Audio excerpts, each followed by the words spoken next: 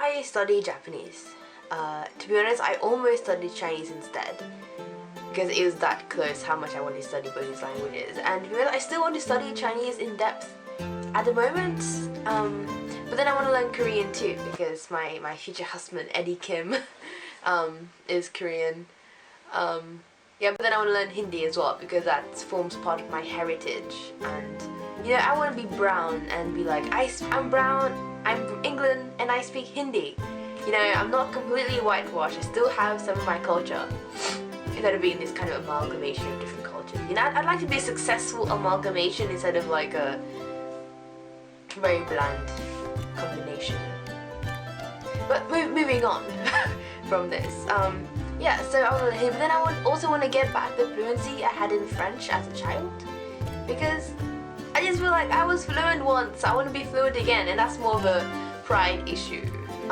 On the other hand, like Russian looks really interesting. It's completely different from anything I've studied, kind of like Japanese, but obviously totally different. Now, the thing about wanting to study all these languages but being limited by priorities and time is that you end up with a sort of jack of all trades.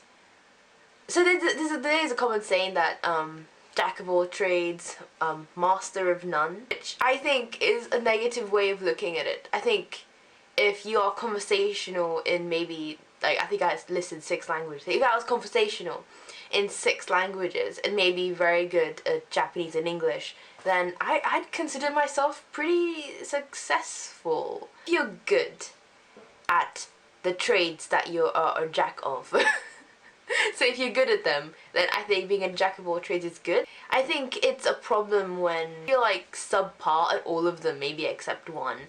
Then in that case, jack of all trades isn't good because you'd be a lot better off just being a master of one trade.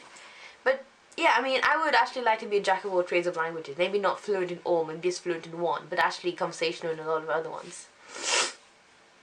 And that's the kind of thing. But the problem is I don't have that kind of motivation. So instead what I do is I try to have all these other languages as part of my life, which of course delays my priority of learning Japanese. I mean, instead of listening to Hindi music, I could be listening to Japanese radio. I'm actually becoming very close to becoming the jack of all trades, which is actually not the good kind of jack of all trades, but the bad subpar kind.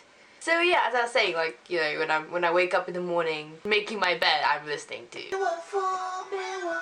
Or if I'm doing my hair, even when I'm sort of just doodling, I'm actually studying Japanese. I do actually.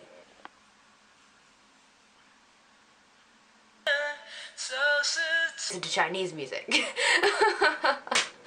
So yeah, I should, more of this video is that I should listen to more Japanese music.